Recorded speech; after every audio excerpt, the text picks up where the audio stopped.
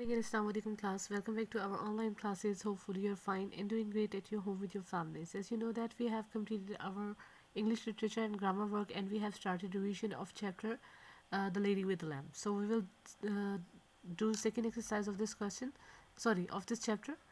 First of all, we are going to mention topic and after that The Lady with the Lamp. Okay, subject English literature. Your textbook is read now. Exercise words meaning and I am your English teacher Anam. So let's start our today's topic. Words meaning countryside. What is the meaning of countryside? Village.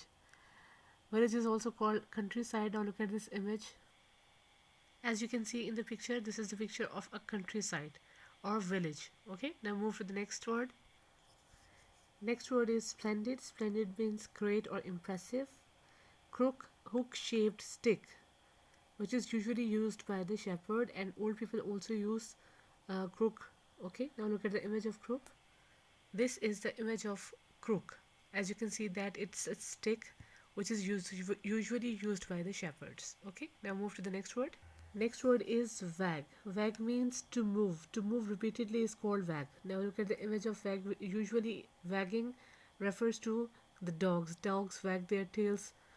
You know that. Look at the image of wag. Look at the dog, it's wagging its tail, or to move or moving its tail. Now move to the next word. Okay, next word is patted, touched gently, bruised, wound. Okay, now look at the image of bruise. This boy's cheek is bruised. This is the image of bruise. Now move to the next word. Next word is pastor. In charge of church is called pastor. Now look at the image of pastor. The pastor look like this. He is the in charge of a church. Now move to the next word. Next word is eager. Eager, curious. Okay, swollen, increased in size. You know this word very well.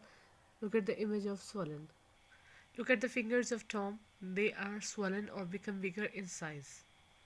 Okay, and usually it happens when we hit something with our any part of our body. Now the next word. The last word of our today's topic is delighted. Delighted, happy. It's an expression, so I am going to show you the picture of a delighted person. Look at the baby. She is delighted. She is happy, as you can see by her expressions that she is very much happy about something. So beta, this was our topic for today. Hopefully it will be easy for you to understand and you can complete your missing work now. If you have any question regarding our topic, you can contact me and you know how to contact me. Take good care of yourself and your family. Allah Hafiz.